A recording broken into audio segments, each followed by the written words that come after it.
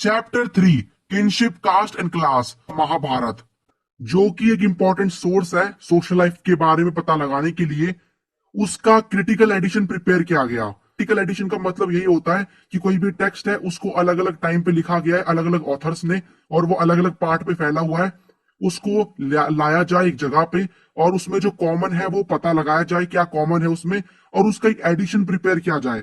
तो एक addition prepare किया गया जिसको कहते हैं critical edition of Mahabharata. So critical edition को प्रिपेयर करने में वीएस सुक्थांकर, जो कि एक संस्कृत के स्कॉलर थे, इन्होंने इंपॉर्टेंट रोल प्ले किया। इन्होंने क्रिटिकल एडिशन प्रिपेयर किया और 47 ईयर्स लगे इस प्रोजेक्ट को कंप्लीट होने में। 1919 से ये प्रोजेक्ट स्टार्ट हुआ और ये 13,000 पेजेस में पूरा क्रिटिकल एडिशन प्रिपेयर किया गया महाभारत का। Time period is 600 BCE to 600 CE. Kinship, kinship का मतलब होता है कि जो सेम फैमिली में जितने भी मेंबर्स हैं उनके बीच में क्या रिलेशन है, उसी को कहते हैं किनशिप, राइट। उसके बाद दो टर्म्स और मेंशन है जो कि बहुत इंपॉर्टेंट है। First is patriliny and second is matriliny. Patriliny का मतलब होता है कि जो भी रिसोर्सेज है वो फादर की साइड से मिलते हैं। मैट्रिलिनी में क्या होता है, जो भी रिसोर्सेज हैं वो मदर की साइड से मिलते हैं। अब उस समय मैरिजेस को लेके कौन कौन से रूल्स थे वो आप देख लो। तो ये रूल थे कि जो वुमेन है उसे क्या करना होगा, राइट टाइम पे और राइट पर्सन के साथ मैरी करनी होगी। और जो कन्यादान है वो एक मेन ड्यूटी होगी फादर की। और जो एक्सोगैमी है जिसको बहुत अच्छा माना जाता था कि ये बहुत अच्छी मैरिज है। उसके बाद ये जो वीमेन है, ठीक है, उनके पास कोई भी राइट नहीं था कि जो भी रिसोर्सेज इनके पास है, इनके घर के रिसोर्सेज, उन पे उनका कोई भी अधिकार नहीं होता था वीमेन का। उसके बाद हम देखते हैं कितने तरीके की मैरिजेस थी। So first is endogamy. Endogamy में क्या होता है, एक ऐसी मैरिज जो कि कास्ट के अंदर ही होती है। एक्सोगैमी में क्या होता है, विद आउटसाइड द कास्ट होता है। पॉलीगिनी में क्या होता है, एक मैन की बहुत सारी वाइफ्स होती हैं। उसके बाद पॉलीएंड्री में क्या होता है, एक जो वुमेन है उसके काफी सारे हस्बैंड्स होते हैं। तो ये टाइप ऑफ मैरिजेस हैं और क्वेश्चन आ जाते हैं, आपको एक्सप्लेन करने होंगे।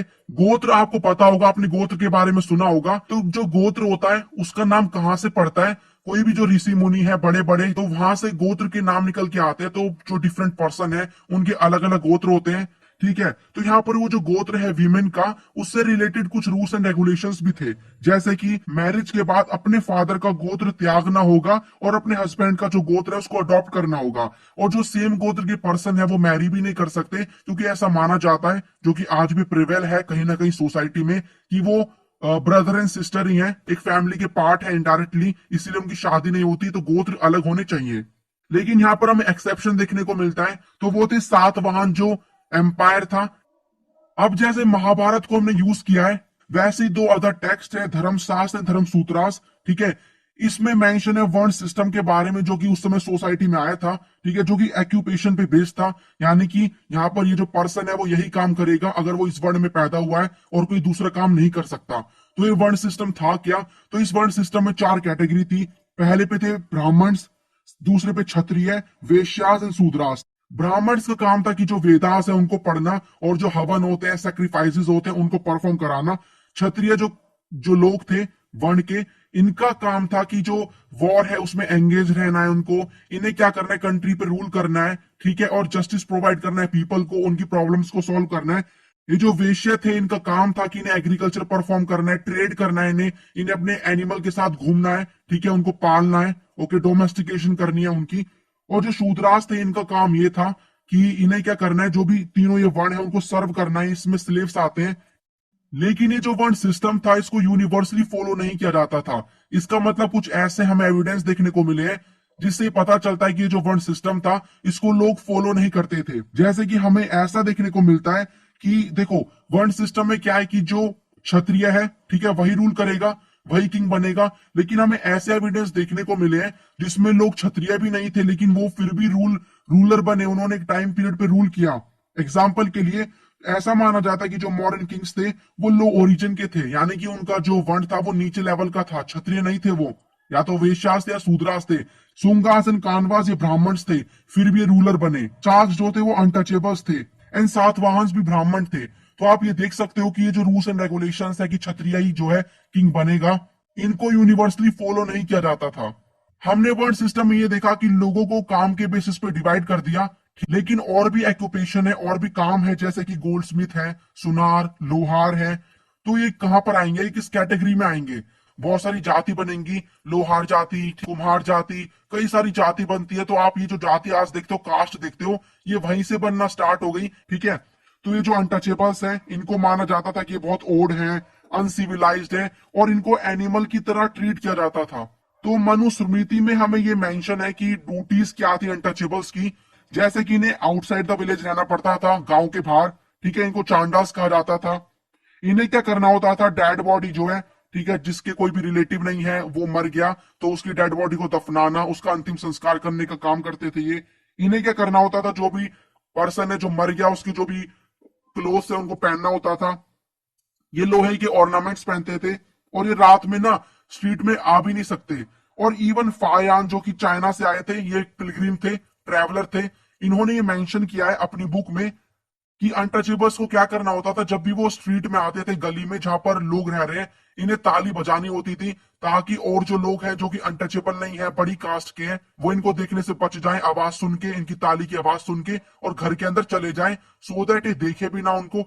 अब हमें ये देखना है कि जेंडर को लेके प्रॉपर्टी एक्वायर करने के क्या राइट्स थे।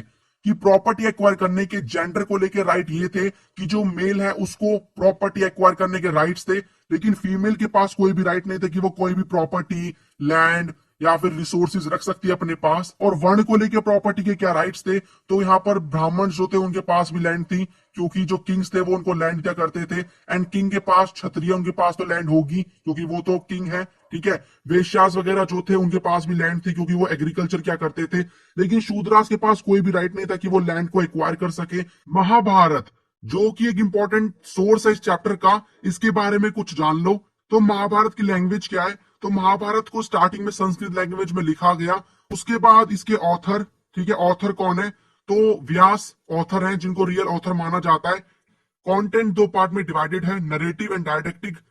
नरेटिव वाले पार्ट में मेन स्टोरी इंक्लूड है महाभारत की, जैसे कि पांडव और कौरव्स में लड़ाई हुई थी। उसके बाद डायडेक्टिक वाले पार्ट जो है सेक्शन, उसमें सोशल लाइफ के बारे में चीजें इंक्लूड है, जैसे कि जब ये महाभारत हो रही थी तो उस टाइम पीरियड पे सोशल लाइफ कैसी थी, वीमेन की कंडीशन क्या थी, गोत्र सिस्टम क्या था, मैरिजेस के बारे में। तो जो भी हमने इस चैप्टर में पढ़ा है वो डायडेक्टिव वाले पार्ट में आता है, जो कि हमारे लिए इंपॉर्टेंट है। नरेटिव वाले पार्ट में मेन स्टोरी जो है महाभारत की वो आती है। अब यहाँ पर एक और इंपॉर्टेंट चीज है कि जो महाभारत है उसको डायनामिक टेक्स्ट क्यों कहा जाता है। तो जो महाभारत है वो चेंज होती रहती है। इसका मतलब यह है कि जो महाभारत की लैंग्वेज है वो खाली एक लैंग्वेज में नहीं लिखा गया, उसको अलग अलग लैंग्वेज में लिखा जाता है, राइट। उसके बाद बहुत सारे जो राइटर्स हैं उसको वो अपने तरीके से लिखते हैं।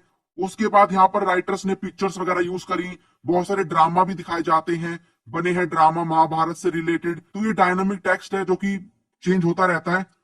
एक और इंपॉर्टेंट चीज आप यहाँ पर जान लो कि बीबी लाल, इन्होंने क्या किया, एक्सावेट किया हस्तिनापुर को, जो कि मेरठ में लोकेटेड है। तो बीबी लाल एक आर्कियोलॉजिस्ट थे, इन्होंने एक्सावेशन करी। तो महाभारत में हमें मेंशन है ना हस्तिनापुर के बारे में, तो इन्हें पता चला कि ये भाई हस्तिनापुर है जिसकी उन्होंने खुदाई करी, एक्सावेशन किया उसका। So this was our chapter 3।